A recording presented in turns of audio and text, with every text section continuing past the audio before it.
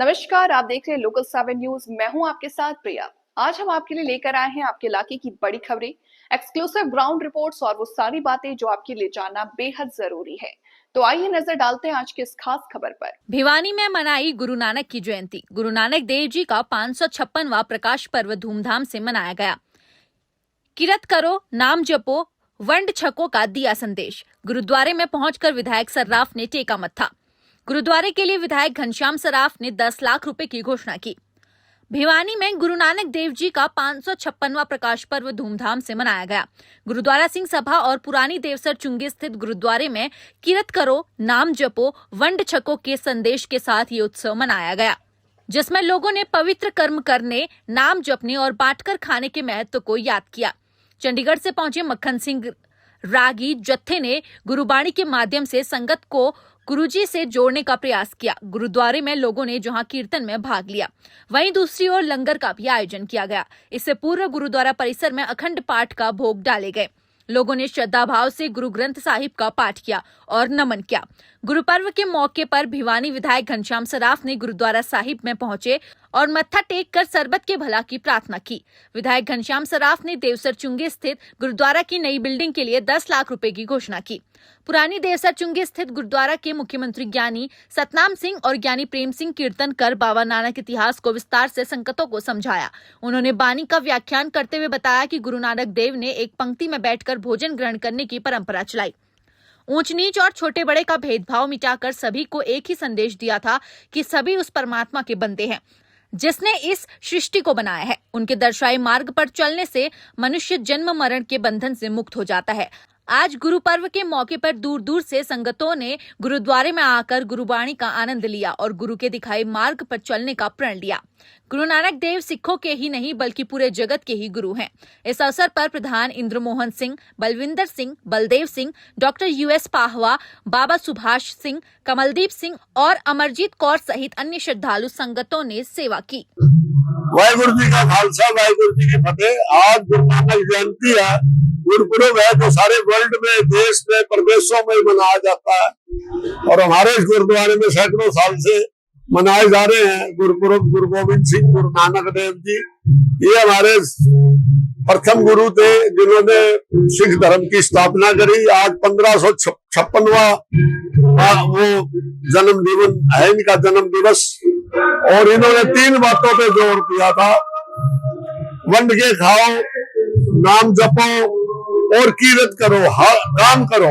गुरु नानक देव जी ने खुद हल भी चलाया अपने खेतों में और दुकानदारी भी करी है तराजू से, 13-13 तोला।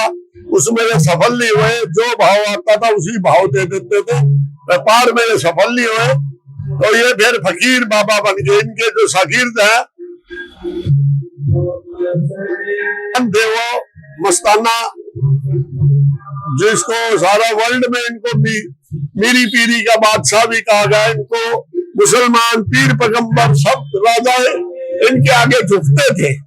इन्होंने जात पात को दूर किया, इन सब की बातों के खिलाफ थे। सब को कहते थे वंड के खाओ और नेक काम करो और नाम लो भगवान का और काम करो।